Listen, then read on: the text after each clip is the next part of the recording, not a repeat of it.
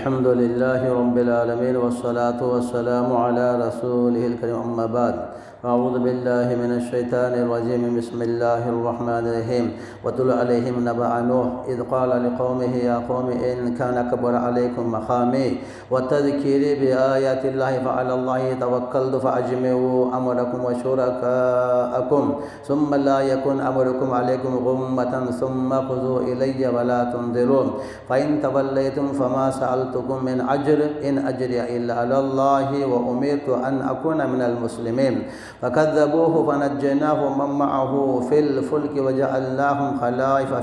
وأغرقنا الذين كذبوا بآياتنا فانظر كيف كان عاقبة المنذرين۔ اور اے نبی صلی اللہ علیہ وسلم آپ نے نوح علیہ السلام کا قصہ سنا دیجئے جب اس نے اپنی قوم سے کہا اے میری قوم اگر تمہیں میرا قیام اور اللہ کی آیتوں کے ساتھ نصیحت کرنا ناگوار ہے تو میں نے اللہ ہی پر بھروسہ کیا ہے، چنانچہ تم اور تمہارے شریک مل کر میرے خلاف فیصلہ کر لو، پھر تمہارا فیصلہ تم میں کسی سے پوشیدہ نہ رہے، پھر مجھ پر تم نافذ کر دو، مجھے مہلت بنا دو، اور پھر اگر تم حق سے پھر جاؤ تو میں نے تم سے کسی اجر کا سوال تو نہیں کیا، میرا اجر تو اللہ کے پاس ہے اور مجھے یہ حکم دیا گیا ہے میں فرما برداروں میں سے ہو جاؤں۔ پھر انہوں نے اسے جھٹلایا تو ہم نے اسے اور ان لوگوں کو نجات دے دی اس کے ساتھ کشتی میں سوار تھے، اور ہم نے انہیں ان کا جانشین بنا دیا، اور ہم نے ان لوگوں کو غرق کر دیا جنہوں نے ہماری آیات کو جھٹلایا۔ پھر اے نبی صلی اللہ علیہ وسلم دیکھیے ان لوگوں کا کیسا انجام ہوا جنہیں ڈرایا گیا تھا۔ اللہ تبارک و تعالیٰ نے یہاں جو ہے نوح علیہ السلام کا واقعہ بیان کیا ہے۔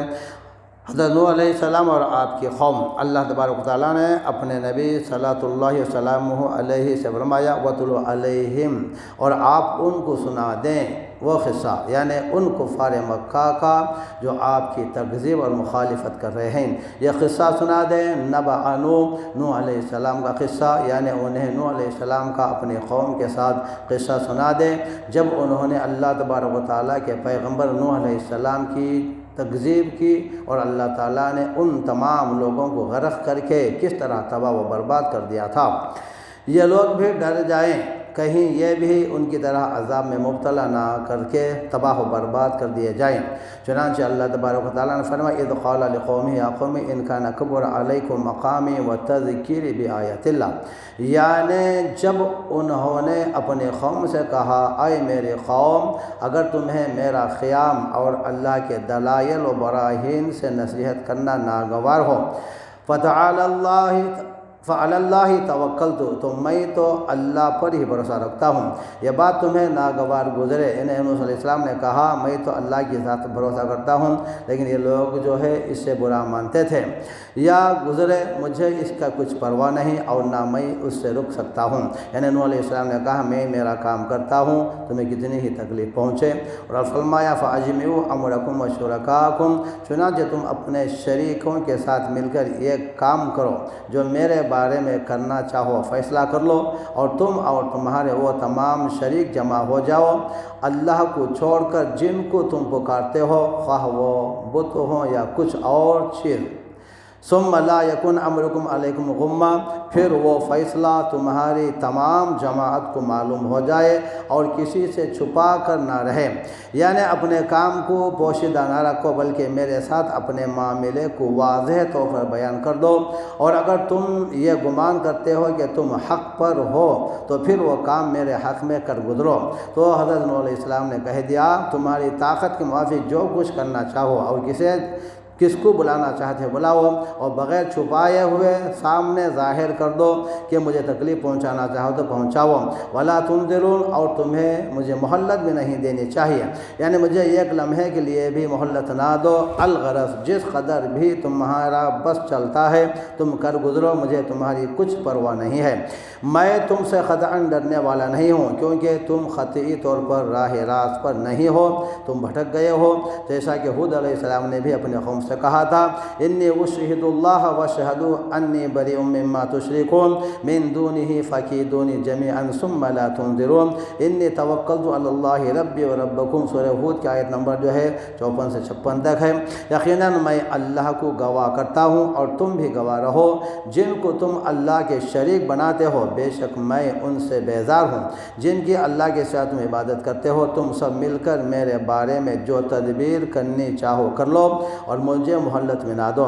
بے شک میں اللہ پر جو میرا اور ساری کائنات کا پروردگار اور جو ہے اسی پر بھروسہ کرتا ہوں۔ اسلام ہی تمام انبیاء علیہ السلام کا دین ہے۔ اللہ فرماتا ہے فَإِن تَوَلَّيْتُمْ، پھر اگر تم پھر جاؤ، یعنی دین سے پھر جاؤ، یعنی تکذیب کی اور اطاعت سے منہ موڑ لو، فَمَا سَأَلْتُكُم مِّنْ أَجْرٍ، تو تم جانتے ہو میں نے تم سے کچھ معاوضہ طلب نہیں کیا ہے، میں جو دین کی تبلیغ کرتا ہوں اس کے بدلے تمہیں کوئی پیسہ نہیں مانگا، یعنی اس نصیحت کا جو میں تمہیں کرتا رہتا ہوں۔ ان اجریہ الا اللہ وامرت ان اکون من المسلمین،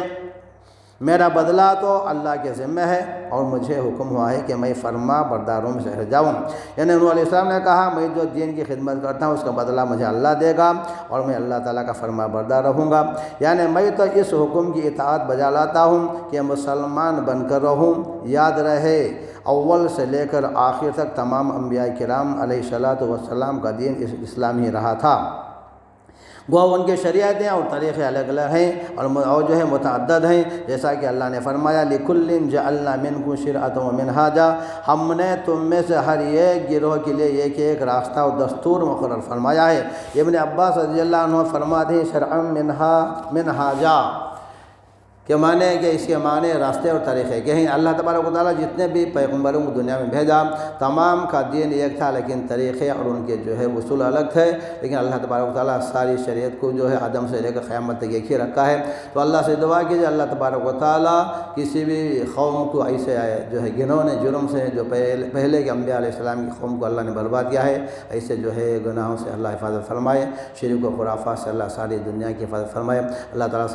تمام انسانیت کو جو ہے ایک اللہ کی عبادت کرنے کی توفیق دے اور تمام مسلمانوں کو جو ہے سلامتی سے اللہ تعالیٰ دنیا میں رکھے، اور فلسطین کے ایمان والوں کی اللہ جو ہے ہر طرف سے حفاظت فرمائے۔ اللہ میں جو ہے ایمان کے ساتھ رکھے اور خاتمہ بھی ہمارا ایمان کے ساتھ فرمائے۔ سبحانک اللہم و بحمدک اشہد ان لا الہ الا انت استغفرک۔